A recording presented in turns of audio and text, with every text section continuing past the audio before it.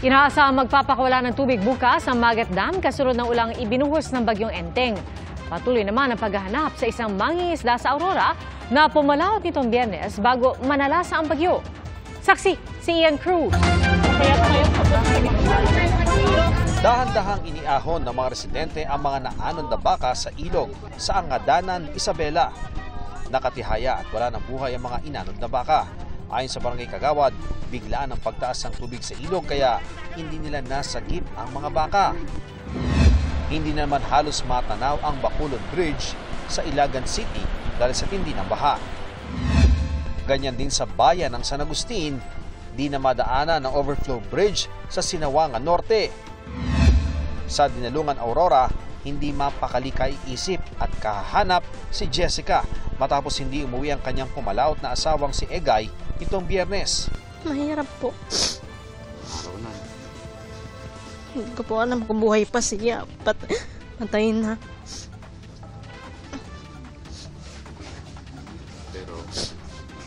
Pero umaasa pa rin ako buhay siya.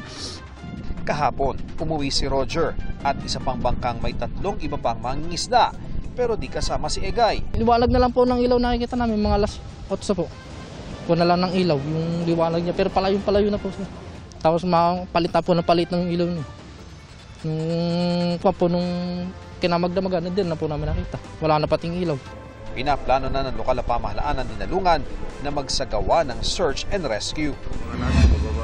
Mahigit 50 residente naman ang inilikas sa Peñaranda, Nueva Ecija dahil sa pagtaas ng tubig mula sa Peñaranda Dam. Umapaw din ng ilog kaya hindi muna nadaanan ang mga kalsada sa Saguday, Quirino Province. Sa Sadanga, Mountain Province, nagka-landslide sa Bontoc, Kalinga Road kagabi. Nagsagawa naman ng clearing operations doon at agad nadaanan ng kalsada. Pero wisyo rin ang dulot ng pagguho ng lupa sa Cervantes Road sa Ilocos Sur. May mga stranded tuloy na motorista.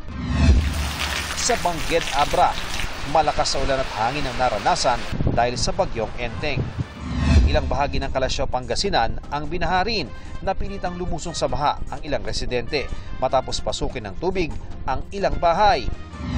Nag-abiso naman ang Office of Civil Defense Region 2 na maglalabas ang Magat Dam ng tubig mula sa reservoir nito. Bubuksan ng spillway ng alas 2 ng hapon, September 4. Para sa GMA Integrated News, Ian Cruz ang inyong saksi.